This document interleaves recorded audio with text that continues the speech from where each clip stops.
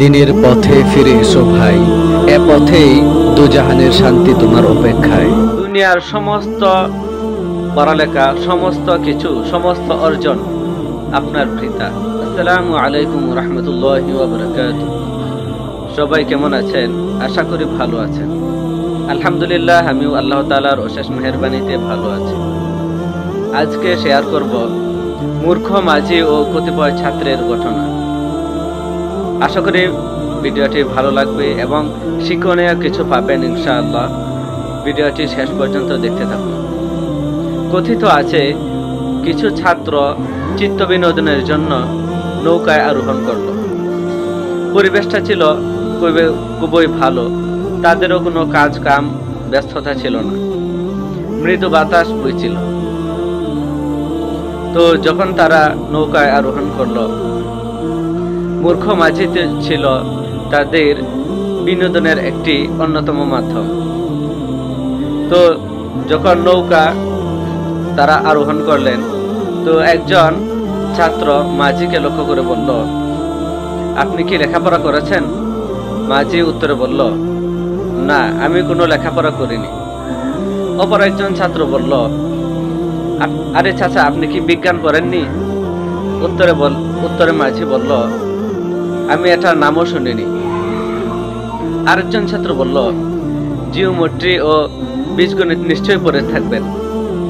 মাঝি উত্তরে বললেন, না, এটার নামও আজকে নতুন শুনলাম। তৃতীয় আরেকজন ছাত্র বলল, আপনি নিশ্চয়ই ইতিহাস ও ভূগোল পড়ে থাকবেন। তো মাঝি উত্তরে বলল যে, আপনি কি কোনো জায়গার নাম বলেছেন নাকি মানুষের নাম বলেছেন, এটাই তো আমি বুঝলাম না। তো এখন আর ছাত্ররা কেউ চুপ থাকতে পারলো না, বা তাদের হাসি থামাতে পারলো না। সবাই হু হু করে হেসে উঠল।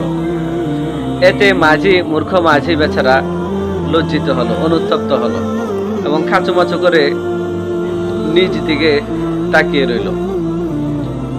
তো নিশ্চুপভাবে নীরবতার সাথে নৌকা চালিয়ে সামনে অগ্রসর হতে লাগলো।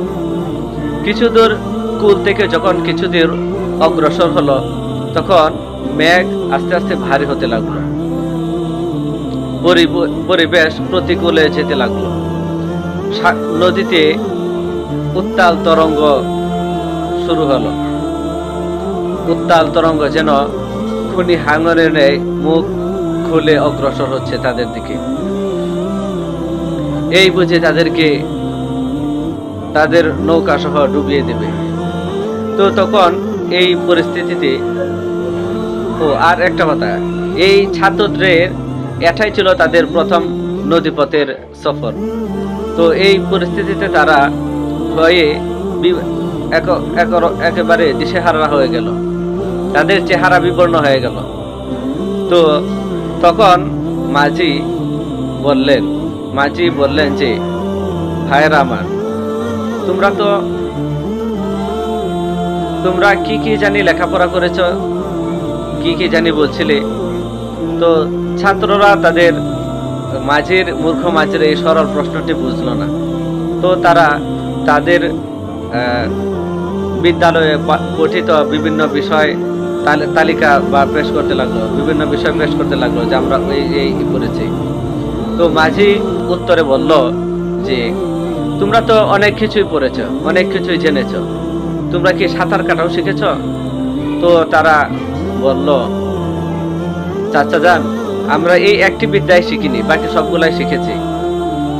তো মাঝি উত্তরে বলল যে, দেখো, আজকে তোমরা যা যা পড়েছ কোনো কিছুই কাজে আসবে না।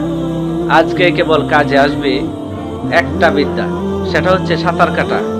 আর এই সাঁতার কাটার বিদ্যাটাই তোমাদের মধ্যে নাই।